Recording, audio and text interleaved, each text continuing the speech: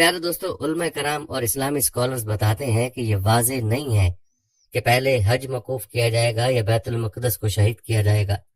البتہ دور حاضر میں فلسطین پر نظر دوڑائی جائے تو معلوم ہوتا ہے کہ بیت المقدس پر یہودی قابض ہے۔ یہودی خود کہہ رہے ہیں کہ وہ بیت المقدس کو شہید کرنے کے لیے مناسب وقت کا انتظار کر رہے ہیں۔ قرب قیامت کا وقت وہ ہوگا جب دنیا بھر کے مسلمان بیت المقدس کی شہادت جیسے بڑے اور غمناک واقعے پر بھی خاموش رہیں گے۔ مسجد اقصیٰ کو شہید کرنے کے بعد یہودی تھرڈ ٹیمپل کی تعمیر کریں گے، اور روایت سے یہ بھی واضح ہے کہ یہودی بیت المقدس کو شہید کرنے کے بعد اس کی بنیادوں میں سے تابوت سکینہ کو بھی تلاش کریں گے۔ جیسا کہ قرب قیامت کی ایک نشانی یہ بتائی جاتی ہے کہ جب یہودی بیت المقدس کی جگہ تھرڈ ٹیمپل کی تعمیر کریں گے تو اس میں حضرت داؤد علیہ السلام کا تخت لا کر رکھیں گے۔ یہ تخت بنیادی طور پر ایک پتھر ہے جو کہ اس وقت انگلینڈ کے ایک چرچ میں پڑا ہوا ہے، لیکن کچھ لوگوں کا ماننا ہے کہ یہ پتھر اس وقت اسرائیل کے قبضے میں ہے اور اسے عام انسانیت پر واضح نہیں کیا جا رہا ہے۔ جب یہ پتھر تھرڈ ٹیمپل میں رکھوا دیا جائے گا تو اس وقت دجال کا ظہور ہوگا، جو کہ اس ٹیمپل میں آ کر اس پتھر پر بیٹھے گا اور اس کی تاج پوشی کی جائے گی۔ اس کے بعد دجال گریٹر اسرائیل کی بنیاد رکھے گا، جس کا نقشہ یہودیوں نے اپنی تعلیمات کے مطابق تیار کر رکھا ہے۔ سعودی عرب، عراق، شام، لبنان اور مصر کے بیشتر علاقہ جات اس سلطنت کا حصہ بتائے گئے ہیں۔ سعودی عرب کے دو عظیم شہر مکہ مکرمہ اور مدینہ منورہ گریٹر اسرائیل کے نقشے میں نہیں آتے۔ اس کے بعد حضرت امام مہدی کا ظہور ہوگا، جس کے بعد مسلمان حضرت امام مہدی کو خلیفہ چنیں گے اور پھر حق و باطل کے درمیان بڑی جنگ ہوگی اور مسلمانوں کو فتح نصیب ہوگی۔ حق و باطل کا یہ مارکا آخری فیصلہ کن جنگ ہوگی جو کہ شام کی سرزمین پر لڑی جائے گی۔ دوستو، کہا جاتا ہے کہ اس جنگ کے بعد حضرت عیسیٰ علیہ السلام کا ظہور ہوگا، جس کے بعد امام مہدی اور حضرت عیسیٰ مل کر دجال کو موت کی گھاٹ اتاریں گے۔ کتب میں قرب قیامت کی ایک اور بڑی نشانی بتائی گئی ہے کہ سورج مغرب سے طلوع ہوگا، جس کے بعد توبہ کا دروازہ ہمیشہ کے لیے بند ہو جائے گا، اور اس دوران سعودی عرب میں صفا نامی پہاڑی پھٹنے سے ایک عجیب الخلق جانور ظاہر ہوگا، جس کو قرآن مجید میں دابت الارض کہا گیا ہے۔ اس کے پاس حضرت موسیٰ علیہ السلام کا عصا مبارک اور حضرت سلیمان علیہ السلام کی انگوٹھی ہوگی۔ یہ جانور زمین پر بسنے والے مسلمانوں کی پیشانی پر اس عصا کی مدد سے ایک لکیر کھینچے گا، جس سے حقیقی مسلمان کا چہرہ روشن ہو جائے گا، جبکہ کافروں کے ماتھے پر یہ حضرت سلیمان علیہ السلام کی انگوٹھی پھیرے گا، جس سے ان کے چہرے سیاہ ہو جائیں گے۔ اس کے بعد یہ جانور زمین سے غائب ہو جائے گا۔ پیارے دوستو، یہ نشانیاں بیان کرنے کا مقصد یہ ہے کہ ہمارے ناظرین جان سکیں کہ اسرائیل اور فلسطین کی یہ لڑائی دنیا کو کس جانب لے کر جا رہی ہے۔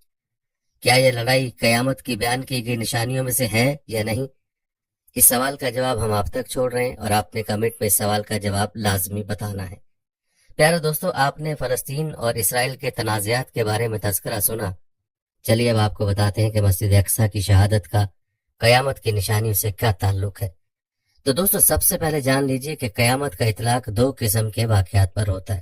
ایک تو وہ جسے عموماً قیامت صغریٰ کہا جاتا ہے، یعنی وہ وقت جب انسان دم توڑتا ہے اور جان دیتا ہے، وہی اس کے لیے قیامت ہے۔ یعنی انسان کے مرنے کے فوراً بعد قیامت شروع ہو جاتی ہے، جسے ٹرم کے اندر قیامت صغریٰ یعنی چھوٹی قیامت کہا جاتا ہے۔ اور دوسری قیامت کبریٰ ہے، یعنی بڑی قیامت۔ اس بڑی قیامت کے متعلق ویڈیو میں آپ کو بتاتے ہیں۔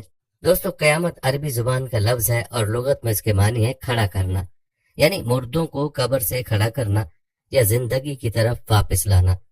لیکن اس کا وقت کیا ہے اور یہ بڑی قیامت کب آئے گی، ہزاروں سالوں کی طرح آج بھی انسان اس کا جواب ڈھونڈتا ہے۔ اسی لیے اللہ تعالیٰ سورہ اعراف میں فرماتے ہیں کہ لوگ تجھ سے یعنی رسول اللہ صلی اللہ علیہ وسلم سے پوچھتے ہیں کہ قیامت کا وقت کب ہے، تو اے نبی آپ کہہ دیں کہ اس کا علم تو صرف میرے رب ہی کے پاس ہے، وہی اس کو وقت پر ظاہر کرے گا۔ وہ آسمانوں اور زمینوں پر بھاری چیز ہے، تم پر اچانک ہی آ جائے گی۔ یہ کافر تجھ سے پوچھتے ہیں کہ گویا تو اس کے سراغ میں لگا ہوا ہے، تو کہہ دے کہ اس کا علم تو صرف اللہ ہی کو ہے، لیکن اکثر لوگ اس بات کو نہیں جانتے۔ تمام انبیاء کرام نے تمام قوموں کے سامنے قیامت کا تذکرہ کیا ہے، لیکن کیونکہ حضرت محمد صلی اللہ علیہ وآلہ وسلم کے بعد کسی نبی نے آنا ہی نہیں تھا، اس لیے آپ صلی اللہ علیہ وآلہ وسلم نے اس کا ذکر تفصیل سے کیا۔ حضرت حذیفہ سے روایت ہے کہ رسول اللہ صلی اللہ علیہ وآلہ وسلم ہمارے درمیان کھڑے ہوئے اور اس قیام میں آپ نے قیامت تک ہونے والا کوئی ایسا واقعہ نہیں چھوڑا جو ہمیں نہ بتا دیا ہو۔ دوستو، قیامت کی نشانیاں دو طرح سے نظر آتی ہیں۔ ایک قرآن پاک میں جہاں وہ نشانیاں ہیں جو قیامت کے بالکل قریب ظاہر ہوں گی، اور دوسرا حدیث ہے جس میں قریب اور دور ہر زمانے کی نشانیاں موجود ہیں۔ اگر ہم ان پر غور کریں تو کئی شرعی مسائل بھی حل ہو جاتے ہیں۔ مثلا دجال کے زمین پر ٹھہرنے کا واقعہ جب بیان کیا گیا تو کہا گیا کہ ایک دن سال کے برابر اور ایک دن مہینے کے برابر ہوگا۔ صحابہ نے پوچھا کہ رسول اللہ صلی اللہ علیہ وسلم، اتنے طویل دن تو پھر 5 نمازیں کیسے ادا ہوں گی؟ تو رسول اللہ صلی اللہ علیہ وسلم نے فرمایا، نہیں، بلکہ تم وقت کا اندازہ لگا کے عام دنوں کے دورانیے کے مطابق نمازیں ادا کرنا۔ قیامت کی وہ نشانیاں جن کا حال سے فاصلہ بہت زیادہ ہے وہ علامات بعیدہ کہلاتی ہیں، جیسے رسول اللہ صلی اللہ علیہ وسلم کے دور میں غزوات کا ہونا، چاند کے ٹکڑے ہونا، فتنہ تتاری بھی قیامت کی نشانیاں ہیں، اور یہ سب گزر چکی ہیں۔ چاند کے ٹکڑے ہونے پر پوری سورہ قمر ہے جس میں مختلف قوموں پر آنے والی تباہی کا بھی ذکر ہے، کیونکہ انہوں نے اپنے پیغمبروں کو جھٹلایا تھا۔ سورہ قمر کی پہلی آیت بہت اہم ہے جس میں ہے وہ 7 قریب آ گئی اور چاند شک ہو گیا۔ علامت بعیدہ میں ایک نشانی وہ بھی شامل ہے جس میں مدینہ میں آگ پھیل گئی تھی۔ حضرت ابو ہریرہ سے روایت ہے کہ رسول اللہ صلی اللہ علیہ وسلم نے فرمایا، قیامت نہیں آئے گی یہاں تک کہ سرزمین حجاز سے ایک آگ نکلے گی اور اس سے بصرے میں اونٹوں کی گردنیں روشن ہو جائیں گی۔ اس حدیث میں بصرے کا ذکر ہے، عراق کے شہر بصرہ کا نہیں۔ یہ بصری شام ملک کا مشہور شہر ہے جو دمشق سے 48 میل کے فاصلے پر ہے۔ یہ وہی جگہ جہاں ایک عیسائی راہب نے رسول صلی اللہ علیہ وسلم کے نبی ہونے کی پیشگوئی کی تھی، اور یہ جگہ آج بھی موجود ہے۔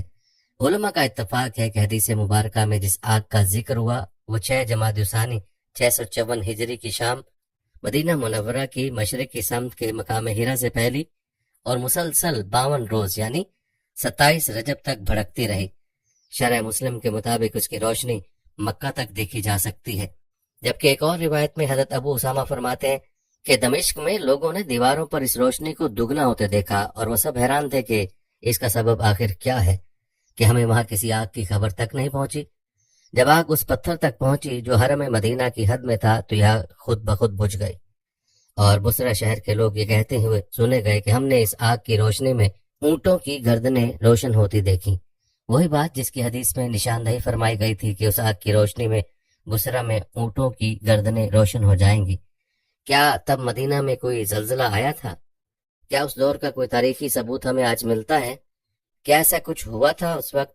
حضرت راحت میں ایک آتش فشاں پہاڑ جو کہ صدیوں سے خاموش ہے، اور جدید سائنسی تحقیقات بتاتی ہیں کہ آخری بار 654 ہجری میں لاوا اگلا تھا، اور یہ لاوا اپنے مرکز سے شمال کی جانب 30 کلومیٹر تک گیا تھا، اور یہ پگھلا ہوا لاوا ایک ایسے مقام تک جا پہنچا تھا جہاں سے مدینہ منورہ کا شہر صرف 12 کلومیٹر دور تھا۔ بہرحال دوستو، خاتم النبیین رسول کریم صلی اللہ علیہ وسلم کے فرامین کی روشنی میں قطعی قیامت قائم ہونے میں تقریباً 2.25 صدیاں باقی ہیں۔ البتہ دور قیامت کا آغاز ہو چکا ہے۔ یہ تمام دور فتنہ و فساد سے معمور ہے، جنگ و جدل اور مختلف طاقتوں کے مابین کھینچا تانی کا تسلسل رہے گا۔ حق و باطل کی اس مار کارائی میں خون انسان ارزاں ہوگا۔ نبی برحق نے سب کچھ افشا کر دیا، 1400 سال پہلے باخبر کر دیا۔ بس ہم مسلمانوں نے ہی ہوش کے ناخن نہ لیے، دیگر مذاہب کے ماننے والے تو سب تیاری کی حالت میں ہیں۔ یہودی دجال کا انتظار کر رہے ہیں، مسیحی اپنے تئیں تیار، جناب عیسیٰ علیہ السلام کا پھر سے ظہور ہوگا۔ عصر کا وقت ہوگا، دمشق کی مسجد اموی میں لوگ نماز کی تیاری میں مصروف ہوں گے، اور وہ مسجد کے مینار سے ہوتے ہوئے یوں صحن میں اتریں گے کہ 2 فرشتوں کے کاندھوں پر ہاتھ ٹکائے ہوں گے۔ تازہ کیے ہوئے وضو کا پانی قطروں کی شکل میں ان کے بازوں سے ٹپکے گا۔ امام مہدی علیہ السلام کی امامت میں وہ نماز ادا کریں گے۔ ان کے تتبع میں بہت سے مسیحی لوگ مسلمانوں کے ساتھ آ ملیں گے، یہاں تک تو حضور صلی اللہ علیہ وسلم کے فرمائے ہوئے پر تمام مکاتب فکر کے مسلمانوں کا ایمان ہے۔ گویا تاریخ بھی تسبیح کے گدانوں کی طرح ایک دوسرے سے جڑی ہے۔ جو رسول صلی اللہ علیہ وسلم نے 1400 سال پہلے فرمایا تھا اس پر غور فرمائیے، اور ذرا ارد گرد دیکھیں تو عقل دنگ رہ جائے گی۔ حضرت عمر بن خطاب سے روایت ہے کہ رسول اللہ صلی اللہ علیہ وسلم نے فرمایا، لونڈی اپنی مالکن کو جنم دے گی، اور یہ کہ تو دیکھے گا کہ برہنہ پا ننگ دھڑنگ محتاج بکریاں چرانے والے اونچی عمارتیں تعمیر کریں گے۔ اس حدیث کے پہلے حصے کے بارے میں کئی علماء کا کہنا ہے کہ یہاں اسلامی فتوحات کی طرف اشارہ ہے، جہاں پر کثرت سے لونڈیاں قیدی بنا کر لائی گئیں، اور پھر ان لونڈیوں نے بچوں کو جنم دیا، پھر انہیں حرم میں رکھنے کا رواج ہو گیا، جبکہ کچھ علماء کا کہنا ہے کہ اس حدیث میں نافرمان اولاد کی جانب اشارہ ہے کہ بیٹی اپنی ماں سے ایسا سلوک کرے گی جیسے ماں اس کی غلام ہو۔ پھر حدیث کے دوسرے حصے پر غور کریں تو دبئی سے لے کر جدہ مقابلہ کس بات کا ہوتا ہے؟ آج کل کے کس نے پہلی دوسری یا تیسری بلند عمارت تعمیر کی؟ کہاں زیادہ بڑا شاپنگ مال موجود ہے؟ غرور و تکبر اور شان و شوکت کے وہ مناظر جنہیں 1400 سال پہلے بیان کیا گیا تھا۔ اور پھر ایک اور روایت کے جب آپ دیکھیں گے کہ ننگے پاؤں چلنے والے بھوکے اور بے بس فقیر لوگوں کے سردار بن جائیں تو یہ قیامت کی نشانیوں میں سے ہے۔ آپ صلی اللہ علیہ وسلم سے پوچھا گیا کہ یا رسول اللہ صلی اللہ علیہ وسلم، یہ بھوکے فقیر کون ہیں؟ تو آپ صلی اللہ علیہ وسلم نے فرمایا، اللہ سورہ انعام میں فرماتے ہیں، اور حد سے مت گزرو، یقیناً وہ حد سے گزرنے والوں کو پسند نہیں کرتا۔ رسول صلی اللہ علیہ وسلم نے فرمایا کہ قیامت اس وقت تک قائم نہیں ہوگی یہاں تک کہ لوگ ایسا گھر تعمیر کرنے لگیں جنہیں کپڑوں کی طرح خوبصورت بنائیں گے۔ اس حدیث کو ایک اور مقام پر یوں بیان کیا گیا، آخری زمانے میں لوگ بہت سی مساجد تعمیر کر کے ان میں نقش و نگار کیا کریں گے، اور مسجد تعمیر کرنے والا اپنی مسجد کی سجاوٹ پر فخر کرے گا، اور پھر ان مساجد میں لوگوں کے دل عبادت سے ہٹ کر زیادہ عمارت کے حسن میں گم ہو جایا کریں گے۔ بہت سے صحابہ نے مساجد کی زینت سے ڈرایا ہے۔ ابن عباس فرماتے ہیں کہ کیا تم اپنی مساجد کو اس طرح آراستہ کرو گے جس طرح یہود اپنی عبادت گاہوں کو کرتے ہیں؟ حضرت اسامہ بن زید سے روایت ہے کہ رسول صلی اللہ علیہ وسلم ایک بلند مقام پر چڑھے اور صحابہ کو مخاطب کر کے فرمایا، کیا تم اس چیز کو دیکھتے ہو جسے میں دیکھ رہا ہوں؟ صحابہ نے عرض کیا، یا رسول اللہ نہیں۔ آپ نے فرمایا، میں ان فتنوں کو دیکھ رہا ہوں جو تمہارے گھروں پر اس طرح برس رہے ہیں جس طرح بارش برستی ہے۔ اس حدیث میں رسول اللہ صلی اللہ علیہ وسلم نے تمہارے گھروں کے ساتھ فتنوں کی بارش کا ذکر کیا ہے۔ دور حاضر کے لوگ انٹرنیٹ اور مختلف ذرائع کے غلط استعمال سے غیر مخصوص انداز میں شیطان کو گھروں کے اندر فتنے سے تعمیر کرتی ہے۔ عرب ہر اس شے کو آسمان کہتے ہیں جن کے اوپر بلند ہو۔ سیدنا حذیفہ بن یمان سے روایت ہے کہ رسول اللہ صلی اللہ علیہ وسلم نے فرمایا کہ ان قریب تم پر آسمان سے شر نازل ہوگا یہاں تک کہ وہ فیافے تک پہنچے گا۔ صحابہ نے پوچھا، یا رسول اللہ صلی اللہ علیہ وسلم، یہ فیافے کیا چیز ہے؟ تو رسول اللہ صلی اللہ علیہ وسلم نے فرمایا، بنجر زمینیں۔ بہت سے علماء ان فیافوں سے مراد صحراؤں کے وہ بادہ نشیں لیتے ہیں جو نئے انداز انٹرنیٹ کے بغیر ایک پل گزارا نہیں کر سکتے۔ دوستو، قرب قیامت کی ایک اور علامت یوں بیان ہوتی ہے کہ جس بستی کے لوگوں کو ہم نے ہلاک کر دیا تھا، ان پر حرام کر دیا تھا کہ وہ وہاں جا سکے، حتیٰ کہ یاجوج و ماجوج کھل جائیں اور وہ تمام بلندیوں سے اترتے نظر آئیں گے۔ یہاں پھر کسی ایسی بستی کا ذکر اللہ بار بار فرما رہے ہیں جس کا نام بیان نہیں ہو رہا۔ قرآن شریف میں مکہ کا ذکر مکہ کے نام سے ہے اور مدینہ کا ذکر یثرب کے نام سے ہے۔ سورہ بنی اسرائیل میں اللہ واضح اشارہ دیتے ہیں کہ وہ بستی کون سی ہے۔ فرمان ہے، پاک ہے وہ ذات جو لے گئی اپنے بندے رسول صلی اللہ علیہ وسلم کو راتوں رات مسجد الحرام سے مسجد الاقصیٰ تک، جس کے گرد و نواح کو ہم نے برکت دی تاکہ اسے اپنی کچھ نشانیاں دکھائے۔ بے شک اللہ سب سننے اور دیکھنے والا ہے۔ اور پھر حدیث مبارکہ ہمیں اس بستی کا پتہ دیتی ہے۔ حضرت جابر بن عبداللہ سے روایت ہے کہ انہوں نے رسول اللہ صلی اللہ علیہ وسلم سے سنا کہ جب قریش نے میری بات کا یقین نہ کیا تو اللہ نے یروشلم کو میری آنکھوں کے سامنے کر دیا اور میں نے اس کی تفصیل دیکھ کر بیان کی۔ یروشلم کا قرآن میں ذکر نہیں۔ مکہ اور مدینہ منورہ کے بعد یروشلم واحد شہر ہے جہاں اللہ کے کسی نبی کی تعمیر کردہ مسجد موجود ہے، یعنی مسجد اقصیٰ۔ کئی علماء کے نزدیک آخر الزماں تک یروشلم کو ایک اہم کردار ادا کرنا ہے، اسی لیے اسے مقدس بادل سے ڈھانپے رکھا۔ اس کا ذکر تاریخی کتب میں نہیں، مگر اب آہستہ آہستہ پردے ہٹ رہے ہیں۔ یروشلم کے واقعات کا آغاز ہو چکا۔ موجودہ دنیا کو سمجھنے کے لیے یروشلم کو جاننا لازمی ہے، کیونکہ یہ شہر جو مسلمانوں، یہودیوں اور عیسائیوں تینوں کے لیے اہم ترین ہے، وہ تاریخ کے اختتام اور وقت کے خاتمے کی طرف یہ جگہ اہم کردار ادا کرے گی۔ یہودیوں کو یقین ہے کہ یہی بستی اس مسیحا کی آمد کا مرکز ہے جس کے بعد ان کے سنہرے دور کا آغاز ہوگا اور وہ وہیں سے بیٹھ کر ساری دنیا پر راج کریں گے۔ یہ عقیدہ عیسائیوں سے بالکل مختلف ہے، کیونکہ عیسائی یہ کہتے ہیں کہ جب حضرت عیسیٰ واپس تشریف لائیں گے تو یروشلم ہی وہ جگہ ہوگی جہاں عیسائیوں کے تمام عقائد کی تصدیق کریں گے، جبکہ مسلمانوں کا یقین ہے کہ یروشلم اسلام کے دین حق کو سچا ثابت کر کے عیسائیت اور یہودیت کو ختم کر دے گا، کیونکہ تینوں مذاہب حضرت ابراہیم سے وابستہ یا دین ابراہیم سے ہونے کے باوجود شدید اختلاف بھی رکھتے ہیں۔ اس لیے یقیناً سچا تو ان میں سے کوئی ایک ہی ہوگا۔ یہ آیت قرب قیامت کی نشانیوں میں سے ایک ہے۔ یہاں اللہ یروشلم کی قسمت کا اعلان یوں فرماتے ہیں، جب آخری دور آئے گا تو یہودی ارض مقدس میں لائے جائیں گے، یہاں سے انہیں نکالا گیا تھا۔ یروشلم دنیا کی قدیم ترین شہروں میں سے ایک ہے، جو کم سے کم 2 مرتبہ مکمل طور پر برباد ہوا تھا۔ تاریخ اس پر 52 بار حملے اور 44 بار مختلف قوموں کا قبضہ بیان کرتی ہے۔ یہودیوں کے لیے یہ گزرے 3500 سالوں کے لیے، عیسائیوں سے 2000 سالوں سے، اور مسلمانوں کے لیے 1400 سالوں سے مقدس ہے۔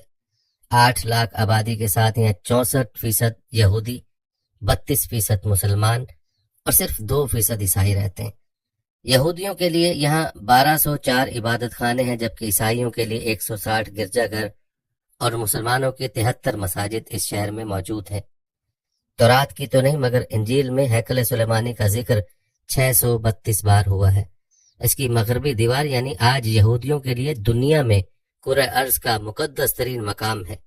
ہیکل سلیمانی کا ذکر قرآن بطور مسجد کرتا ہے، اور 70 طویل روز تک رسول صلی اللہ علیہ وسلم نے بیت المقدس کی جانب رخ کر کے نماز ادا کی، تاکہ یہودیوں کو یہ پیغام دے سکیں کہ اس خدا نے جس نے موسیٰ کو بھیجا تھا انہیں بھی یعنی رسول صلی اللہ علیہ وسلم کو بھی اپنا نبی بنا کر بھیجا ہے۔ پھر قرآن نازل کرنے والا بھی وہی خدا ہے جس نے تورات بھیجی تھی۔ حضرت ابراہیم کو جد الانبیاء یعنی نبیوں کا باپ بھی کہتے ہیں۔ ان کے بعد آنے والے تمام نبی ان کی قوم سے ہیں۔ حضرت ابراہیم اور آل ابراہیم پر درود بھیجنا فرض ہے۔ ابراہیم اور نوح میں تقریباً 3000 سال کا فرق بیان کیا جاتا ہے۔ نمرود کی آگ سے محفوظ ہو جانے کے بعد ابراہیم عراق سے اپنے بھتیجے لوط کے ساتھ اللہ کے حکم سے ارض مقدس کی طرف ہجرت کر گئے، اور پھر اس سے متعلق ارشاد ہوا، اے رسول صلی اللہ علیہ وسلم، تمہاری طرف وہی بھیجی کہ آپ ملت ابراہیمی کی پیروی کریں جو خالص خدا کی طرف جھکنے والا ہے۔ جب اللہ نے تمام دنیا میں زمین کا ٹکڑا منتخب کر کے اسے ارض مقدس قرار دے دیا اور طے کر لیا حضرت ابراہیم وہاں رہے گا، تو یقیناً وقت کے خاتمے سے پہلے دیگر مذاہب وہاں موجود نہیں ہوں گے، تاکہ صرف سچ اور حق ارض مقدس کا نصیب ہو۔ یروشلم کی تاریخ میں یہ لکھا جا چکا ہے کہ وہ حق اور سچ کی تصدیق کرے گا۔ آج یروشلم کے در و دیوار دیکھ کر بہت سے ماہرین اس بستی میں دفن وہ عمارتیں تلاش کرتے ہیں جو اجڑنے کے باعث نظروں سے اوجھل ہو چکی ہیں۔ پہلی بار یہ شہر حضرت داؤد کے دور میں تعمیر ہوا، جن کا نام 16 مرتبہ قرآن مجید میں آیا۔ حضرت داؤد پہلے وہ پیغمبر ہیں جنہیں بنی اسرائیل کی بادشاہت بھی نصیب ہوئی۔ حضرت داؤد حضرت آدم کے علاوہ وہ واحد پیغمبر بھی ہیں جنہیں قرآن خلیفہ کے نام سے پکارتا ہے۔ انہیں بادشاہت عطا ہونے کے 1000 برس پہلے بنی اسرائیل سے فلسطین تک کے اکثر علاقے چھینے جا چکے تھے۔ حضرت شمائل بہت بوڑھے ہو چکے تھے، تو بنی اسرائیل نے ان کی مدد کے لیے بادشاہ کی دعا کی۔ شمائل نے حکم الہی کے مطابق 30 سالہ طالوت کو ان پر بادشاہ مقرر کر دیا۔ طالوت کو بیشتر علماء پیغمبر تصور نہیں کرتے۔ طالوت کی بادشاہت کی نشاندہی کے طور پر فرشتوں کے ذریعے وہ تابوت سکینہ بنی اسرائیل کو واپس مل گیا، جس کے بارے میں قرآن مجید میں ارشاد ہے وہ خدا کی طرف سے بادشاہ ہونے کی علامت ہے۔ انبیاء کے مطابق اس صندوق میں تورات کا اصل نسخہ، پتھر کی 2 تختیاں جو موسیٰ کو کوہ سینا پر دی گئی تھیں، اور ایک برتن میں من و سلوہ موجود تھا تاکہ آنے والی نسلیں اللہ کے اس احسان کو یاد رکھیں۔ داؤد نے ایک نوجوان کے طور پر طالوت کے لشکر میں تب شمولیت اختیار کی جب دشمن فلسطینیوں کا پہلوان اسرائیلیوں کو مقابلے کی دعوت دے رہا تھا۔ تمام اسرائیلی لشکر میں ہمت نہ تھی کہ اس کا مقابلہ کر سکیں۔ اس مرحلے میں داؤد اس کے سامنے اترے اور اس کا قتل کر ڈالا۔ اس بے مثال جرأت کے مظاہرے نے داؤد کو بنی اسرائیل کی آنکھوں کا تارا بنا دیا، اور طالوت نے اپنی بیٹی داؤد سے بیاہ دی۔ پھر وہ کچھ عرصے بعد اسرائیلیوں کے حکمران ہو گئے۔ اللہ نے حضرت داؤد کو نبوت سے بھی سرفراز فرمایا، اور پھر داؤد نے یروشلم شہر کی بنیاد رکھی اور وہاں عظیم الشان محل کی تعمیر بھی شروع کی تاکہ تابوت سکینہ کو محفوظ کیا جا سکے۔ لیکن اسرائیلیات کے مطابق یہ محل جو وہ تعمیر کر رہے تھے ان کے بیٹے سلیمان کے دور میں ہی مکمل ہو چکے گا۔ تعمیر کافی عرصے تک جاری رہی اور سلیمان کے دور میں مکمل ہوئی، اس لیے ہم اسے ہیکل سلیمانی بھی کہتے ہیں۔ حضرت داؤد نے بنی اسرائیل پر 40 سال حکومت کی، اور پھر ان کے بیٹے حضرت سلیمان جن کی حکمرانی کا ایک منفرد انداز یہ تھا کہ حیوانات بھی ان کے تابع تھے، جن کا قرآن میں 17 دفعہ ذکر ہے، اور جن کی سلطنت کے بارے میں قرآن کی آیت ہے کہ اے میرے پروردگار، بخش دے اور میرے لیے ایسی حکومت عطا کر جو میرے بعد کسی کے لیے بھی میسر نہیں، بے شک تو بہت عطا کرنے والا ہے۔ ہیکل سلیمانی کی تکمیل کو 7 سال لگے اور 410 سال تک اپنی جگہ پر موجود رہا۔ حضرت سلیمان کے بعد بنی اسرائیل آپس میں لڑے اور نتیجتاً 2 ریاستیں شمالی فلسطین میں اسرائیل اور جنوبی فلسطین میں یہود قائم ہو گئی۔ دونوں سلطنتوں میں بے شمار خون ریزی ہوئی اور آخر 7ویں صدی قبل از مسیح میں حاشر فاقہین نے سلطنت اسرائیل کا خاتمہ کر دیا۔ اس کے بعد بابل کے بادشاہ بخت نصر نے سلطنت یہود کی اینٹ سے اینٹ بجا دی اور ہیکل سلیمانی کو اس طرح تباہ کیا کہ اس کی ایک دیوار تک اپنی جگہ پر قائم نہ رہی، اور تابوت سکینہ ایسے غائب ہوا کہ آج تک نہیں مل سکا۔ یہودیوں کو دونوں سلطنتوں سے باہر نکال دیا۔ 70 سال بعد عراقی بادشاہ سارس اعظم نے یہودیوں کو دوبارہ سلطنت میں آنے کی اجازت دے دی، اور انہوں نے دوبارہ ہیکل سلیمانی کی تعمیر شروع کر دی۔ اور بادشاہ نے، جو کہ تاریخ میں ظالم بادشاہ کے نام سے جانا جاتا ہے اور جس نے خود اپنے خاندان کو مار ڈالا، اس نے یہودیوں کو خوش کرنے اور ان کی حمایت حاصل کرنے کے لیے ان کو دوبارہ ہیکل سلیمانی شاندار انداز میں تعمیر کرنے کی اجازت دے دی۔ یہ بھی 430 سال تک قائم رہ سکا، لیکن تابوت سکینہ پھر بھی نہ مل سکا، جبکہ لوگ اسے ڈھونڈتے رہ گئے۔ یہ ہیکل سلیمانی بھی ٹائٹس کے ہاتھوں تباہ ہو گیا۔ جب یہودیوں نے رومانوں کے خلاف بغاوت کی ناکام کوشش کی تو تقریباً 1.5 لاکھ یہودی قتل کر دیے گئے اور ہزاروں کو پکڑ کر جانوروں کے سامنے ڈال دیا گیا، اور کوئی یہودی یہ بتانے کے لیے زندہ ہی نہ رہا کہ ہیکل سلیمانی کہاں گیا یا تابوت سکینہ کہاں گیا۔ آثار قدیمہ کا مشاہدہ کرنے والوں کا کہنا ہے کہ موجودہ دیوار گریا پہلے ہیکل کی نہیں بلکہ دوبارہ تعمیر کیے گئے ہیکل کی ہے، اور تابوت سکینہ کے متعلق کہا جاتا ہے کہ جبل نبیوں کے غار میں ہے، جس کا ذکر انجیل میں بھی کیا گیا ہے، اور کہا جاتا ہے کہ حضرت موسیٰ کی تقسیم بھی انہی پہاڑوں میں کی گئی۔ ایسے ہی بہت سے دعوے کیے جاتے ہیں، لیکن وہاں جب عیسائیوں کی حکومت قائم ہوئی تو عرب میں حضرت محمد صلی اللہ علیہ وسلم کی ولادت ہوئی۔ اسی دوران وہ یہود جن کو ملک سے نکال دیا گیا تھا اور وہ قبائل کی شکل میں آباد تھے، وہ بھی عرب میں آباد ہو گئے، اور مقامی بدو قبائل اور قبیلہ قریش سے اپنا تعلق کا ذکر کرتے ہیں۔ کہا جاتا ہے کہ یہود حضرت ابراہیم اور حضرت سارہ کی اولاد ہے، جبکہ قریش حضرت ابراہیم اور حضرت ہاجرہ کی اولاد میں سے ہیں۔ حضرت اسماعیل حضرت ابراہیم اور حضرت ہاجرہ کی پہلی اولاد تھے، جن کو حضرت ابراہیم اللہ کے حکم سے مکہ کی سرزمین میں چھوڑ آئے تھے۔ وہیں چشم زمزم نکلا اور وہیں حضرت اسماعیل کی جگہ دمبا قربان ہوا، اور وہیں قبیلہ جرہم آباد ہوا جس میں حضرت اسماعیل کی شادی کی گئی۔ کچھ لوگوں کے مطابق کعبے کی بنیاد حضرت آدم کے ہاتھوں رکھی گئی تھی، لیکن وہ بے نشاں ہو گئی تھی۔ حضرت ابراہیم اور حضرت اسماعیل نے وہی جگہ کھود کر بیت اللہ کی تعمیر کی۔ حضرت اسماعیل کے 12 صاحبزادے تھے، جو سب کے سب عرب کے مختلف قبیلوں کے سردار بنے، جبکہ حضرت ابراہیم کے دوسرے بیٹے یعنی حضرت اسحاق، جو کہ حضرت سارہ سے تھے، وہ حضرت اسماعیل سے 15 سال چھوٹے تھے، اور تب پیدا ہوئے جب حضرت ابراہیم کی عمر 100 سال تھی۔ حضرت اسحاق کی قبر جنگلوں میں حضرت ابراہیم کی قبر کے ساتھ ہی ہے۔ حضرت اسحاق کے دونوں بیٹوں یعنی عیسو اور یعقوب کے درمیان تعلقات کشیدہ تھے، اس لیے عیسو چند روایت کے مطابق حضرت اسماعیل کے پاس چلے گئے، جبکہ حضرت یعقوب کی قوم بنی اسرائیل سے بہت سے نبی جیسے حضرت یوسف، حضرت موسیٰ اور حضرت عیسیٰ آئے۔ حضرت یعقوب کی قبر اسی پہاڑ کے ساتھ ہے جہاں حضرت ابراہیم حضرت اسماعیل سے جدا ہوئے، اور یہودی اس قربانی والے قصے کا تعلق حضرت اسحاق سے کر کے بتاتے ہیں، اور یہ بھی انہوں نے اپنی کتاب تورات میں شامل کر لیا کہ حضرت ہاجرہ نعوذ باللہ حضرت ابراہیم کی بیوی نہیں بلکہ کنیز تھی۔ یہودی نے ایسا بہت سے پیغمبروں کے بارے میں رد و بدل کیا ہے، کسی کو سولی پر لٹکا دیا ہے تو کسی کا سر قلم کر دیا ہے۔ دوبارہ تعمیر کروایا گیا ہیکل بھی تباہ ہو چکا تھا۔ جب حضرت عمر بن خطاب فاتح یروشلم کے طور پر وہاں داخل ہوتے ہیں تو معلوم کے مطابق وہاں کوئی خون ریزی نہیں ہوتی اور نہ ہی کوئی مذہبی عمارتیں گرائی جاتی ہیں۔ آپ کے ساتھ اس وقت 4000 صحابی تھے۔ حضرت عمر نے عیسائیوں سے پوچھا، تمہارا مقام عبادت کس طرف ہے؟ حضرت عمر نے حضرت عیسیٰ کی موت پر بنائی گئی اس عالی شان عمارت کو دیکھ کر شدید غصہ کیا، کیونکہ اسلام نے حضرت عیسیٰ کی موت کو غلط قرار دیا۔ خلیفہ اسی مقام پر کھڑے تھے۔ جب نماز کا وقت ہو گیا، آپ سے درخواست کی گئی کہ آپ یہیں نماز ادا کر لیں، لیکن آپ نے کہا کہ اگر آج میں نے یہاں پر نماز ادا کر لی تو مسلمان گرجوں پر قبضہ کرنا شروع کر دیں گے اور حکم دیں گے کہ یہاں مساجد تعمیر کی جائیں۔ پھر حضرت عمر اس جگہ گئے جہاں کبھی ہیکل سلیمانی قائم تھا، اور یہ دیکھ کر حیران ہو گئے کہ عیسائی وہاں کوڑا کرکٹ پھینکتے تھے۔ حضرت عمر نے دونوں ہاتھوں سے کوڑا اٹھایا اور شہر کی دیواروں سے باہر پھینکنے لگے، جس پر دیگر صحابہ نے بھی آپ کی پیروی کی۔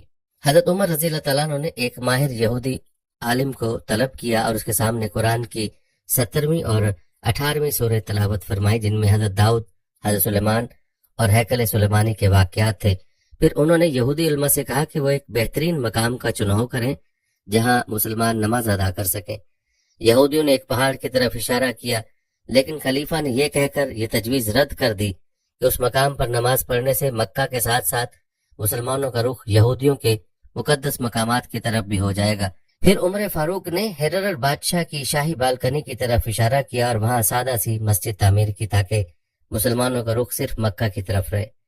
مسجد اقصی میں اذان دینے کے لیے حضرت بلال کو بلایا گیا، جو کہ حضرت محمد صلی اللہ علیہ وسلم کے وفات کے بعد اذان دینا چھوڑ چکے تھے، لیکن صحابہ کی درخواست اور حضرت عمر رضی اللہ تعالیٰ عنہ کے اصرار پر وہاں پہلی اذان حضرت بلال نے دی۔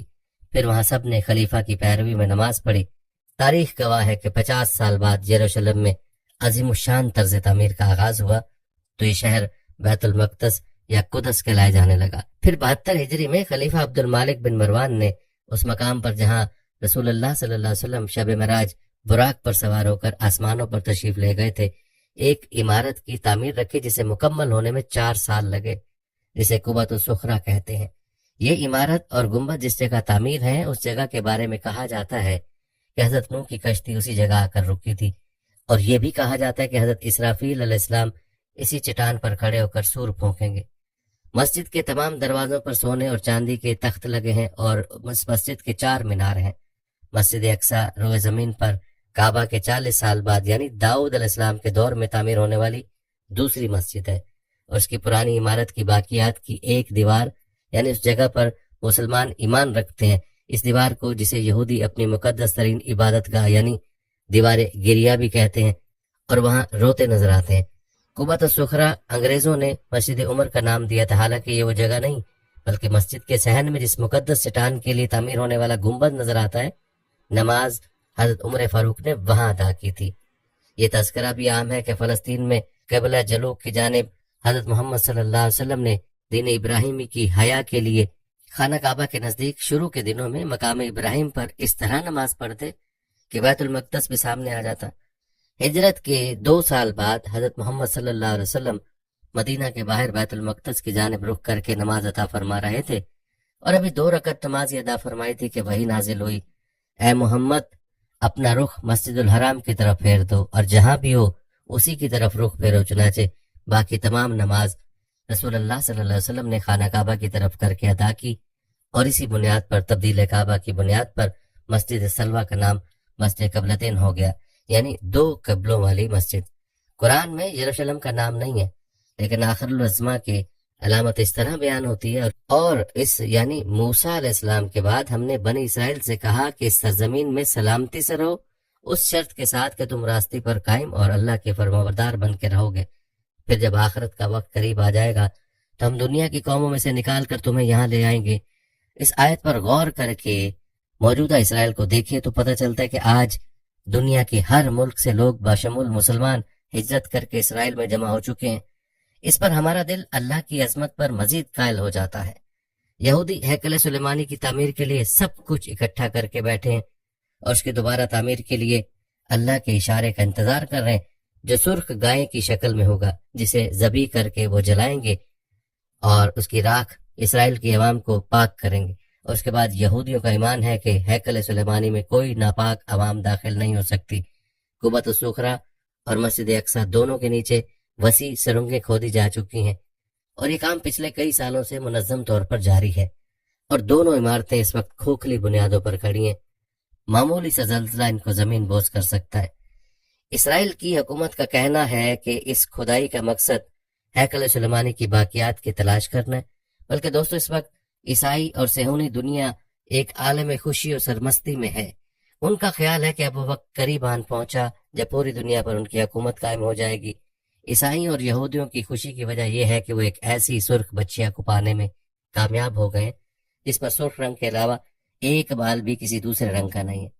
آخر اس سرخ بچیا کا صہیونیوں اور عیسائیوں کی خوشی سے کیا تعلق؟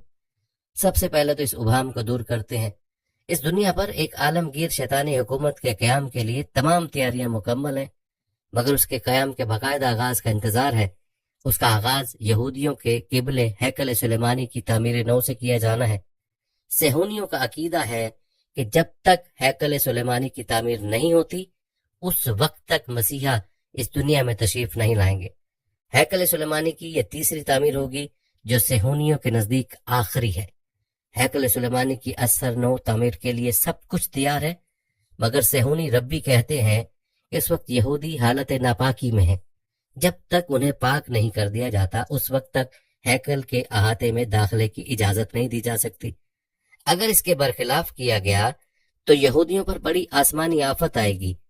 اب سوال یہ پیدا ہوتا ہے کہ یہودیوں کو پاک کس طرح کیا جائے؟ حضرت موسیٰ علیہ السلام کو اللہ تعالیٰ نے ایک صندوق عطا کیا تھا جسے تابوت سکینہ کہتے ہیں۔ یہ صندوق ایک الگ خیمے میں رکھا جاتا تھا جہاں پر حضرت ہارون علیہ السلام سمیت کسی کو جانے کی اجازت نہیں تھی۔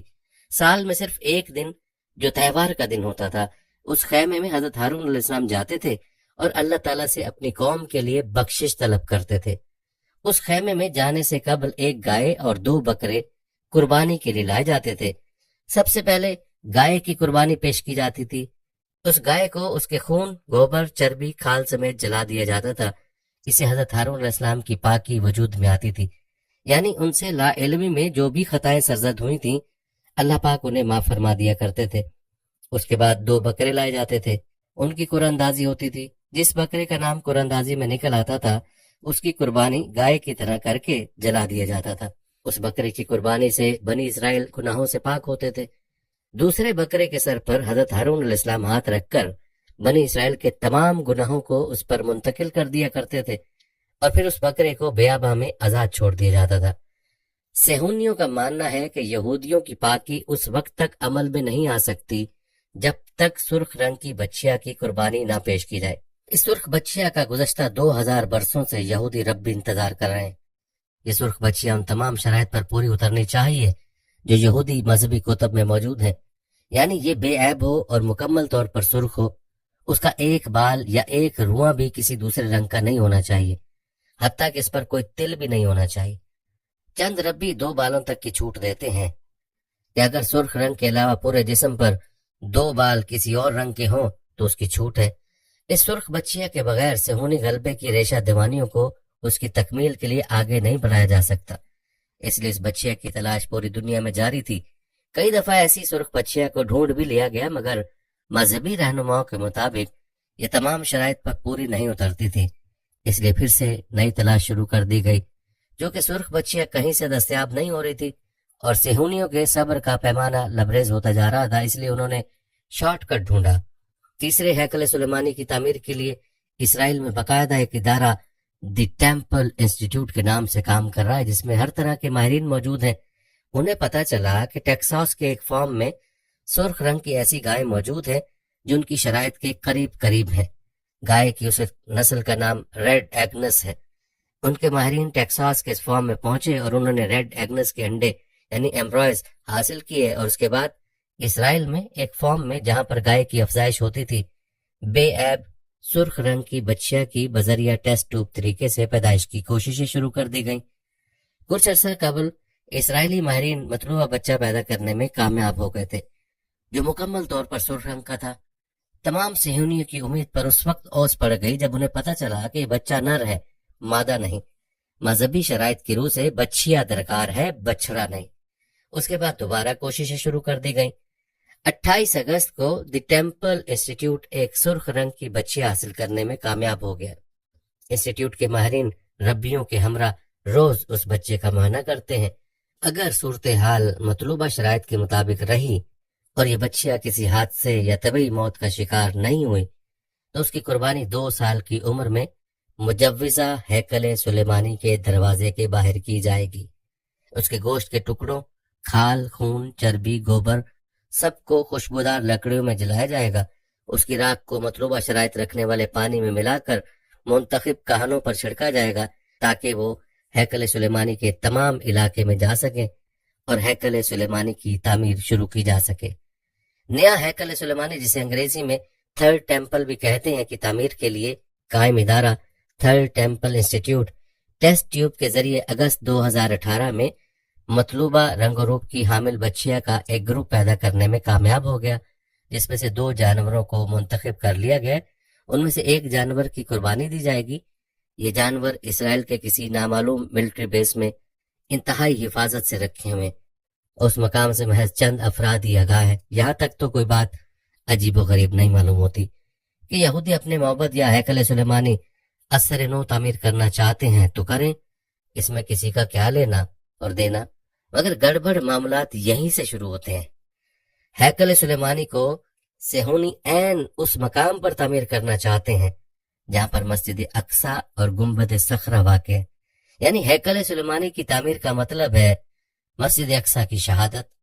ہیکل سلیمانی کی تعمیر کی تقریبات کا آغاز سرخ بچیا کی قربانی سے ہوگا۔ یہ سرخ بچیا کب قربان کی جائے گی، اس کی تاریخ کا تو ابھی تک باضابطہ اعلان نہیں کیا گیا۔ بہرحال دوستو، عیسائیوں کا عقیدہ ہے کہ حضرت عیسیٰ علیہ السلام آ کر عیسائیت کی تجدید کریں گے، جبکہ یہودیوں کا عقیدہ ہے کہ یہودیوں کی بالادستی قائم ہوگی، اس لیے دونوں ہی خوش ہیں۔ حضرت عیسیٰ علیہ السلام کی دنیا میں آمد کا مطلب ہے کہ قیامت کے لیے کاؤنٹ ڈاؤن شروع ہو گیا۔ عیسائیوں کا عقیدہ ہے کہ حضرت عیسیٰ علیہ السلام نے صلیب پر چڑھ کر ان کے سارے گناہوں کا کفارہ ادا کر دیا ہے، اس لیے سارے عیسائی بلا حساب کتاب جنت میں داخل کر دیے جائیں گے، جبکہ کچھ ایسا ہی عقیدہ یہودیوں کا بھی ہے۔ اس لیے ان دونوں مذاہب کے ماننے والے انتہا پسندوں کی کوشش ہے کہ کسی طرح قیامت کی شرائط کو پورا کر دیا جائے تاکہ وہ جنت میں فوری طور پر داخل ہو سکیں۔ اس دنیا پر ایک عالمگیر شیطانی حکومت کے قیام کی سازشوں سے خود بھی ہوشیار رہیے اور اپنے آس پاس والوں کو بھی خبردار رکھیے۔ تمام اہل کتاب اللہ تعالیٰ کی دی ہوئی سچائی اور تعلیم کی پیروی کرنے کی بجائے مذہبی فرقہ بندی میں مبتلا ہیں۔ ان میں سے ہر ایک یہی دعویٰ کرتا ہے کہ وہ سیدھی راہ پر ہے اور دوسرا راستے سے بھٹکا ہوا ہے۔ یہی حال ان لوگوں کا ہے جن کے پاس آسمانی کتاب تو کوئی نہیں، لیکن انہوں نے خود ہی یہ عقیدہ گھڑ رکھا ہے کہ وہ سیدھی راہ پر ہیں اور دوسرے تمام فرقے حقیقی راہ سے بھٹک گئے۔ ان لوگوں میں عرب کے مشرک اور دوسرے باطل پرست شامل ہیں۔ قرآن مجید نے یہ بتایا کہ یہ مذہبی فرقہ بندی بالکل فضول ہے، اصل چیز اللہ تعالیٰ کے حکم ماننا اور نیک عمل کرنا ہے۔ جو شخص ان دونوں اصولوں پر عمل کرے گا بس وہی سیدھی راہ پر ہے۔ اللہ تعالیٰ نے فرمایا کہ ادھر مشرکوں کا حال بھی یہودیوں اور عیسائیوں سے کم نہیں۔ عرب کے مشرک بھی وہی بات کرتے ہیں جو اہل کتاب نے کی۔ یہ کہتے ہیں کہ نہ یہودی اور عیسائی حق پر ہیں اور نہ مسلمان، حالانکہ حقیقت یہ ہے کہ یہ لوگ کچھ بھی نہیں جانتے، یہ تو صرف جاہل ہیں۔ نہ ان کے پاس کوئی کتاب ہے جس سے رہنمائی حاصل کر سکیں، اور نہ ہی 2000 سال کے عرصے میں ان کے پاس کوئی پیغمبر آیا۔ حضرت اسماعیل علیہ السلام کے بعد تقریباً 1500 سال تک عرب حضرت ابراہیم علیہ السلام اور حضرت اسماعیل علیہ السلام کے دین پر قائم رہے۔ اس کے بعد ان میں بگاڑ پیدا ہونا شروع ہوا اور پھر ایسا وقت بھی آیا کہ سب کے سب شرک کی طرف مائل ہو گئے۔ ہزاروں میں سے کوئی اکا دکا ہی اللہ تعالیٰ کو ماننے والا ملتا ہے، ورنہ سب دین سے ہٹ چکے تھے۔ یہودی کہتے ہیں کہ عیسائی کسی دین پر نہیں ہے اور عیسائی کہتے ہیں کہ یہودی کسی دین پر نہیں ہے، یعنی ان کا دین سچا نہیں ہے۔ اس طرح جب یہ اکٹھے ہوتے ہیں تو آپس میں جھگڑتے ہیں۔ یہودیوں کا اعتراض یہ ہے کہ عیسائیوں نے حضرت عیسیٰ علیہ السلام کو خدا تعالیٰ کا بیٹا کہہ کر کفر کیا، اور عیسائیوں کا اعتراض یہ ہے کہ جب عیسیٰ علیہ السلام آئے تو یہودیوں نے نہ صرف انکار کیا بلکہ انجیل کو بھی نہ مانا، لہٰذا یہ گمراہ ہوئے۔ فرمائے دونوں فرقے ایک دوسرے پر الزام لگاتے ہیں، حالانکہ یہ دونوں گروہ اللہ تعالیٰ کی کتاب یعنی تورات اور انجیل کی تلاوت کرتے ہیں، اس کے باوجود ان میں اس قدر اختلاف پایا جاتا ہے۔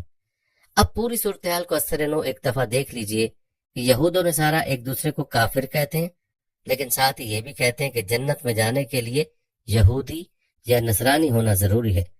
اسی طرح یہ مشرکین عرب کو کافر قرار دیتے ہیں، لیکن ساتھ ہی انہیں مسلمانوں سے زیادہ ہدایت یافتہ بھی سمجھتے ہیں۔ اس کھلے تضاد کے پیچھے جو جذبہ کار فرما ہے وہ صرف اسلام اور مسلمان دشمنی کا ہے۔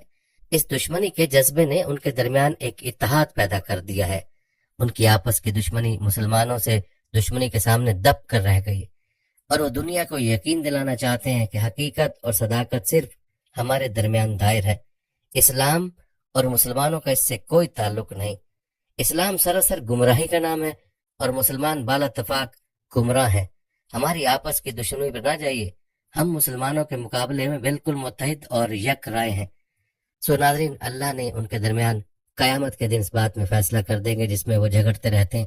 مطلب یہ ہے کہ یہود و نصارہ کا آپس میں اختلاف اور پھر مشرکین عرب اور ان کا آپس میں اختلاف، دنیا میں اس کے فیصلے کی ایک ہی شکل تھی کہ یہ لوگ نبی آخر الزماں صلی اللہ علیہ وسلم پر ایمان لاتے اور اس طرح ان کے تمام اعتقادی اور عملی اختلافات کا حل انہیں مل جاتا، کیونکہ جب بھی امتیں اختلافات کا شکار ہوئی ہیں تو نئی نبوت اور نئی شریعت نے ان کے درمیان فیصلہ کیا۔ آخری نبی صلی اللہ علیہ وسلم کی تشریف آوری سے تمام دنیا کے اختلافات کے ختم ہونے کی سبیل پیدا ہوئی، لیکن یہود و نصارہ نے چونکہ حضور صلی اللہ علیہ وسلم پر ایمان لانے سے انکار کر دیا، اس لیے اب دنیا میں تو ان کے اختلافات کے حل ہونے کی کوئی صورت نہیں ہے۔ صرف ایک صورت ہے کہ لوگ قیامت کا انتظار کریں۔ قیامت کے دن اللہ تعالیٰ ان حقائق کو کھول کر رکھ دے گا جنہیں آج تسلیم کرنا انہیں مشکل ہو رہا ہے، لیکن وہ فیصلہ ایسا ہوگا جس سے انہیں کوئی فائدہ نہیں ہوگا، کیونکہ اس فیصلے کی روشنی میں انہیں تلافی مفاد کی مہلت نہیں ملے گی، بلکہ اس کے نتیجے میں یہ ہمیشہ کی سزا کے حوالے کر دیے جائیں گے۔ ناظرین، یہود اہل کتاب ہونے کے ساتھ ساتھ اپنا ایک تعلیمی نظام بھی رکھتے تھے۔ ان میں بڑے بڑے علماء موجود تھے، ان کے مدراس کے نام سے قائم تھے اور اپنی قوم کی تعلیمی اور مذہبی ضرورتیں پوری کرتے تھے۔ ان کے اس علم کا تمام اہل عرب پر ایک رعب تھا، چنانچہ مشرکین عرب اپنا ہم مذہب نہ جانتے ہوئے بھی ان کے علم سے مروب رہتے تھے، اور جب بھی کبھی کوئی مذہبی بحث چھڑتی تو وہ عموماً انہی کی طرف رجوع کرتے، اور اس کے ساتھ ساتھ یہ بات بھی کہ یہود علماء مشائخ نے اپنے تورا تقوی اور تقدس کا ایسا بھرم قائم رکھا کہ خواہی نہ خواہی ان کی مخالفت کو ایک اہمیت دی جاتی تھی۔ چنانچہ حضور صلی اللہ علیہ وسلم کی تشریف آوری پر بھی عرب انہی کی طرف دیکھ رہے تھے کہ یہ لوگ مذہب کو جاننے والے اور اللہ سے تعلق رکھنے والے لوگ ہیں، اس لیے اگر یہ اس نئے نبی کو مان لیتے ہیں تو ہم بھی مان لے آئیں گے، اور اگر یہ ماننے سے انکار کرتے ہیں تو پھر اس کا مطلب یہ ہے کہ نبی سچا نبی نہیں، ورنہ یہود کبھی اس سے انکار نہ کرتے۔ تفسیر در منصور میں حضرت ابن عباس سے روایت نقل ہے کہ جب نجران کے نصارہ رسول اللہ صلی اللہ علیہ وسلم کی خدمت میں حاضر ہوئے تو یہودیوں کے علماء بھی وہاں پہنچے۔ دونوں فریقوں نے وہیں خدمت عالی میں حاضر ہوتے ہوئے آپس میں مباحثہ شروع کر دیا۔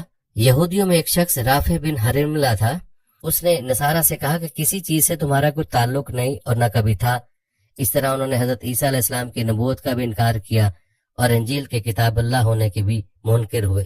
نصارہ کو جو مقابلے میں جواب دینے کا جوش آیا تو ان میں سے ایک شخص نے یہودیوں سے کہا کہ تم کسی چیز پر نہیں ہو، یعنی تمہارے دین کی کوئی اصلیت اور بنیاد نہیں، اللہ کے کسی نبی یا اللہ کی کسی کتاب سے تمہارا کوئی تعلق نہیں اور نہ کبھی تھا۔ اس طرح سے حضرت موسیٰ علیہ السلام کی نبوت کا بھی انکار کر بیٹھے اور تورات شریف کے کتاب اللہ ہونے کے منکر ہو گئے۔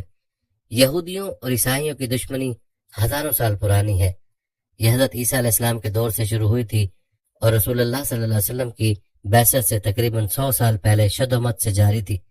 عیسائیوں کے نزدیک یہودیوں کے جو بڑے بڑے جرائم تھے اور جن کی بنیاد پر یہودی قابل گردن زدنی سمجھے جاتے تھے، ان بڑے جرائم میں واضح کر دوں کہ یہودی حضرت مریم پر نعوذ باللہ بدکاری کا الزام لگاتے ہیں۔ یہودی حضرت عیسیٰ علیہ السلام کو تختہ دار پر لٹکانے کا دعویٰ کرتے ہیں۔ یہودی عیسیٰ علیہ السلام کو نعوذ باللہ خاکم بدہن ناجائز بچہ قرار دیتے ہیں۔ قرب قیامت یہودی عیسیٰ علیہ السلام کی آمد کو نعوذ باللہ دجال کی آمد تصور کرتے ہیں۔ یہودی عیسائیت کا انکار کرتے ہیں۔ عیسائیوں کے خیال کے مطابق یہودی حضرت عیسیٰ علیہ السلام کے قاتل ہیں۔ چنانچہ انہی جرائم کی بنیاد پر عیسائیوں کے نزدیک یہودی قوم انتہائی قابل نفرت قوم رہی ہے۔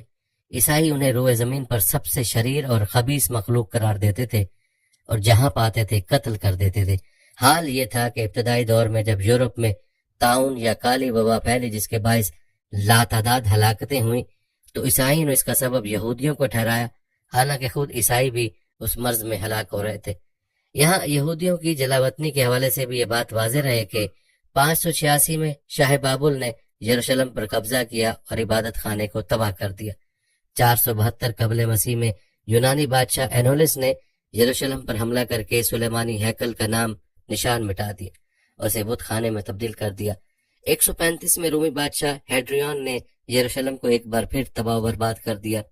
1228 اسپین میں یہودیوں کو قانونی طور پر لباس کے اوپر نمایاں نشان آویزہ کرنے کا حکم دیا گیا۔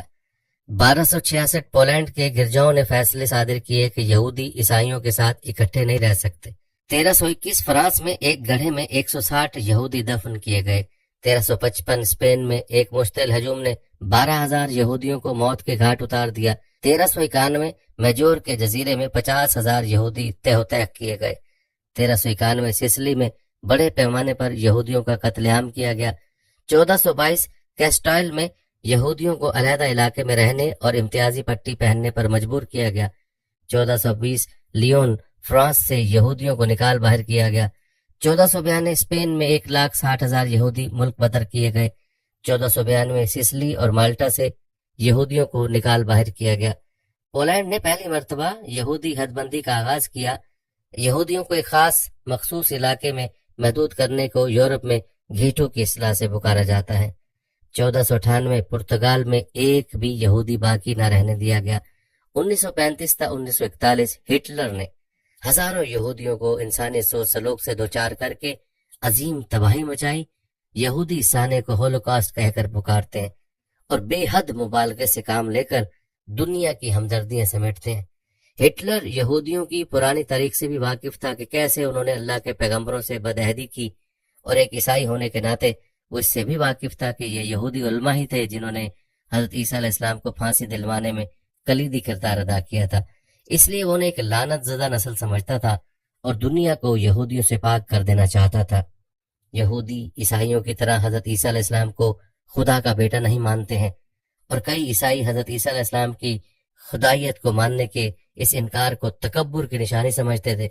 کئی صدیوں تک چرچ نے یہ سکھایا کہ حضرت عیسیٰ علیہ السلام کی موت یہودیوں کی وجہ سے ہوئی، جبکہ آج کے مورخین اور چرچ یہ سکھاتے ہیں کہ حضرت عیسیٰ علیہ السلام کو روم کی حکومت نے اس وجہ سے شہید کیا تھا کہ افسران انہیں اپنے اقتدار کے لیے ایک سیاسی خطرہ سمجھتے تھے۔ مذہبی تصادموں کے ساتھ معاشی تصادم بھی شامل تھے۔ حکمرانوں نے یہودیوں پر پابندیاں لگا دیں اور ان پر مخصوص ملازمتیں کرنے اور زمین کی ملکیت حاصل کرنے پر پابندی عائد کر دی گئی۔ اسی وقت چونکہ پرانے زمانے کا چرچ سود خوری، پیسے کی سود سمیت لین دین کی اجازت نہیں دیتا تھا، یہودیوں نے عیسائی اکثریت کے لیے ساہوکاروں کا کردار ادا کیا۔ فرانس میں روس کی خفیہ پولیس کے ایک اہلکار نے زیون کے بڑوں کے پروٹوکولز تیار کیے۔ پروٹوکولز میں یہ کہا گیا کہ یہودی پوری دنیا پر قبضہ کرنے کی سازش کر رہے ہیں۔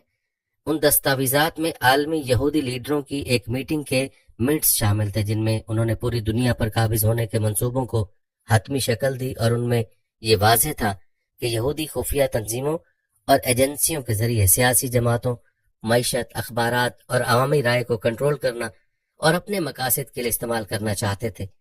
پروٹوکولز کو دنیا کے مختلف ممالک میں شائع کیا گیا، جن میں ریاستہائے متحدہ امریکہ بھی شامل ہے۔ 9 نومبر 1938 کی رات کو یہودیوں کے خلاف تشدد شروع ہو گیا۔ بظاہر یہ کسی منصوبے کے تحت نہیں ہوا تھا، یہ ایک یہودی کے ہاتھوں پیرس میں ایک جرمن افسر کے قتل پر جرمنوں کے غصے کا نتیجہ تھا۔ 2 دنوں میں 250 سے زائد یہودی عبادت گاہیں جلائیں گئیں، 7,000 سے زائد یہودی کاروباروں میں لوٹ مار کی گئی اور انہیں تباہ کر دیا گیا۔ درجنوں یہودیوں کو مار دیا گیا اور یہودی قبرستانوں، ہسپتالوں، اسکولوں اور گھروں کو لوٹا گیا، جبکہ پولیس اور فائر بریگیڈ کی گاڑیاں دیکھتی ہی رہیں۔ سڑکوں پر بکھرے ہوئے دکانوں کی کھڑکیوں کے شیشوں اور کرچیوں کی وجہ سے ان پوگریموں کو کرسٹل نائٹ یعنی ٹوٹے ہوئے شیشوں کی رات کہا جانے لگا۔ پوگروموں کے بعد کی صبح جرمنی کے 30,000 یہودی مردوں کو یہودی ہونے کے جرم میں گرفتار کر کے حراستی کیمپوں میں بھیجا گیا، جہاں ان میں سینکڑوں افراد ختم ہو گئے۔ کچھ یہودی عورتوں کو بھی گرفتار کر کے مقامی قید خانوں میں بھیج دیا گیا۔ یہودیوں کے کاروباروں کو اس وقت تک دوبارہ کھولنے کی اجازت نہیں دی گئی جب تک کہ ان کا انتظام غیر یہودیوں کے ہاتھوں میں نہ دیا گیا ہو۔ یہودیوں پر کرفیو لگا دیے گئے، جن کی وجہ سے ان کے گھروں سے نکلنے کے اوقات محدود ہو گئے۔ ٹوٹے ہوئے شیشوں کی رات کے بعد جرمن اور آسٹرین یہودی بچوں اور نوجوانوں کی زندگی اور بھی مشکل ہو گئی۔ ان پر پہلے ہی عجائب گھروں، عوامی پارکوں اور تیراکی کے پولوں میں داخلے پر پابندی لگا دی گئی تھی۔ اب انہیں سرکاری اسکولوں سے بھی خارج کر دیا گیا۔ اپنے والدین کی طرح یہودی نوجوانوں کو بھی جرمنی میں مکمل طور پر علیحدگی کا سامنا کرنا پڑا۔ مایوسی میں کئی یہودیوں نے خودکشی کر لی۔ زیادہ تر خاندانوں نے بھاگ جانے کی بھی بھرپور کوششیں کی۔ 17,000 کے قریب پولش یہودیوں کو جرمنی سے نکال دیا گیا۔ یہ سب ان کی جرمنی کے خلاف سازشوں اور پرتشدد حملوں میں ملوث ہونے کے بعد کیا جا رہا تھا۔ 7 نومبر 1938 پیرس میں جرمن سفارتکار کو گولی مار کر ہلاک کر دیا گیا۔ یہودیوں کی نشاندہی کر کے انہیں سرکاری عہدوں سے برطرف کر دیا گیا۔ ایڈولف ہٹلر کے چانسلر بننے کے 2 مہینے بعد اپریل 1933 میں منظور کیے جانے والے قوانین کے ساتھ انتظامیہ کی تطہیر شروع ہو گئی۔ ان قوانین میں ایک آرین اور پیراگراف شامل تھا جس میں سماج کے مختلف شعبوں سے یہودیوں کو نکال پھینکنے کا انتظام کیا گیا تھا۔ حکومت کے تمام ملازمین کو اپنی آرین نسل کے ثبوت میں دستاویزات پیش کرنے کی ضرورت پڑ گئی۔ پہلی دفعہ قانون میں یہودی کی تعریف فراہم کی گئی تھی۔ جن ملازمین کے والدین یا دادا دادی نانا یا نانی یہودی تھے انہیں اپنے عہدوں سے برطرف کر دیا گیا۔ 17 اگست 1938 یہودیوں کے لیے یہودی نام اپنانا لازمی قرار دے دیا گیا۔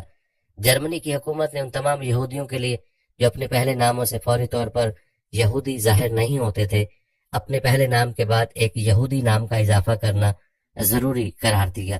مردوں کو اسرائیل اور عورتوں کو سارا کا نام دیا گیا۔ اکتوبر میں جرمن حکومت نے یہودیوں کے تمام پاسپورٹ ضبط کر لیے۔ یہودیوں کو جاری کیے جانے والے نئے پاسپورٹ پر جے کا ٹھپا لگایا گیا جو مالکان کی یہودی شناخت کی گواہی دیتا تھا۔ 19 ستمبر 1941 جرمنی میں یہودیوں کی شناخت کے لیے بیج متعارف کروایا گیا۔ 6 سال کی عمر سے زائد یہودیوں کو تمام اوقات اپنے کپڑوں پر ایک پیلے رنگ کا 6 نقطوں والا ستارہ پہننا ضروری ٹھہرایا گیا جس پر کالے حرفوں میں جیوڈ لکھا گیا تھا جو جرمن زبان میں یہودی کا لفظ تھا۔ اب جرمنی میں یہودیوں کو دیکھ کر ہی پہچانا جا سکتا تھا۔ اکتوبر میں یہودیوں کی جرمنی سے باقاعدہ جلاوطنی شروع ہو گئی۔ مارچ 1942 سے یہودیوں کے لیے اپنی رہائش گاہوں پر بھی ستارے کی علامت کی نمائش کرنا ضروری ہو گیا۔ ناظرین، یہودیوں کی یہ نسل کشی ہولوکاسٹ کہلاتی ہے۔ ہولوکاسٹ ایک لفظ ہے جس کے استعمال پر پابندی ہے۔ دنیا کے 13 ممالک ایسے ہیں جن میں اگر آپ یہ لفظ بولتے یا استعمال کرتے ہیں یا اپنی کسی تحریر میں لکھتے ہیں تو 3 سال سے 10 سال تک کی آپ کو سزا ہو سکتی ہے۔ اگر آپ سوشل میڈیا پر اس لفظ کا استعمال کرتے ہیں تو آپ کا اکاؤنٹ بلاک کر دیا جائے گا۔ یہودیوں نے اس لفظ کا بڑا ناجائز فائدہ اٹھایا، مظلوم بننے اور اس نسل کشی کا اتنا چرچا کیا کہ ساری دنیا یہاں تک کہ جرمن بھی یہودیوں سے مل کر آج تک آنسو بہاتے ہیں۔ نسل کشی جس قوم کی بھی ہو وہاں گانا سنتے سنتے تو کسی کی موت نہیں آ جاتی۔ انسانی حقوق کی سنگین خلاف ورزیاں ہوتی ہیں، چیخو پکار، بچوں کے سامنے ماں باپ کا قتل اور ماں باپ کے سامنے بچوں کا قتل، بھائیوں کے سامنے بہنوں کی عصمت دری، بالکل ویسے جیسے صابرہ اور شتیلا کے کیمپس میں مسلمانوں کے ساتھ کی گئی۔ مگر مسلمانوں کے خون کو یہودی کیچپ زدہ مزیدار بچے کہتے ہیں جبکہ اپنے بچوں پر آنسو بہاتے ہیں۔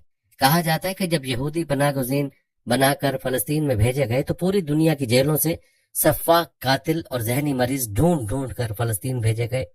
ان لوگوں میں انسانیت نام کی نہیں تھی، خون کو جوس کہتے اور انسانی گوشت کو پورک کا نام دیتے تھے۔ اس حد تک سفاک تھے کہ انہیں اسرائیل کی فوج میں اعلیٰ افسران بنا کر بھیجا گیا۔ انہوں نے جب فلسطین کی آبادی پر ظلم ڈھائے اور اقوام متحدہ ایک منافق کی طرح انہیں گھیر کر ان کے گھروں سے نکال کر لے گیا۔ ان مسلمانوں کے گھروں پر یہودیوں کے قبضے ہو گئے جبکہ مہاجرین کیمپس میں کسی اسلامی تہوار کے موقع پر خوب تیز آواز میں خوشیاں منانے کی آڑ میں گانے چلائے گئے۔ ایک فلسطینی جو کہ فلسطین کے سفارتکار بھی رہے اور آج کل جامعہ ازہر میں پروفیسر ہیں، بتایا کہ ان گانوں کی آڑ میں مسلمانوں کی چیخیں کسی کو سنائی نہ دیں۔ یہودی مسلمانوں کے خیموں میں گھستے، کسائیوں کی طرح مسلمانوں کو ذبح کرتے، تھک جاتے، پھر شراب پینے جاتے، شراب پیتے، اپنے اوپر انڈیلتے، کہکے لگاتے اور پھر ناچتے ہوئے مسلمانوں میں گھس جاتے۔ یہودیوں نے اس قتل عام کو ایک تہوار کی طرح منایا۔ صبح ان کیمپس میں صرف انسانی گوشت اور خون تھا۔ لاشوں کا اس طرح مسئلہ کیا گیا کہ کسی کی بھی پہچان نہ ہو سکی۔ تمام جسمانی اعضاء کو اجتماعی قبر میں دفن کر دیا گیا۔ مرنے والوں کے گھروں، باغات اور کھیتوں پر اسرائیلیوں کا قبضہ ہو گیا۔ یہ سلسلہ آج تک جاری ہے۔ یہودیوں کا ایک گروہ ایسا ہے جو آج بھی قدیم تورات کو مانتا ہے اور یہودیوں کے لیے الگ وطن کے قیام کو اللہ کی نافرمانی مانتا ہے۔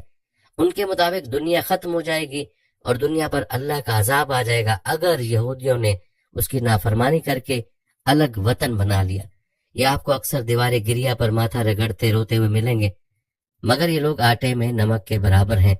زیادہ تر جنونی جو زائنسٹ کہلاتے ہیں، دنیا کے سامنے مظلوم بن کر ہمدردیاں سمیٹنے والے لوگ ہیں، درندے سے زیادہ شفاق ہیں۔ یہ اپنا مقصد کبھی نہیں بھولے تھے۔ آج ہٹلر کو وقت نے صحیح ثابت کر دیا۔ ہٹلر یہودیوں سے اتنی نفرت کرتا تھا کہ یہودیوں کو گرم تیل میں ڈال کر کہا کرتا تھا کہ یہودیوں کو ختم کرنا ضروری ہے۔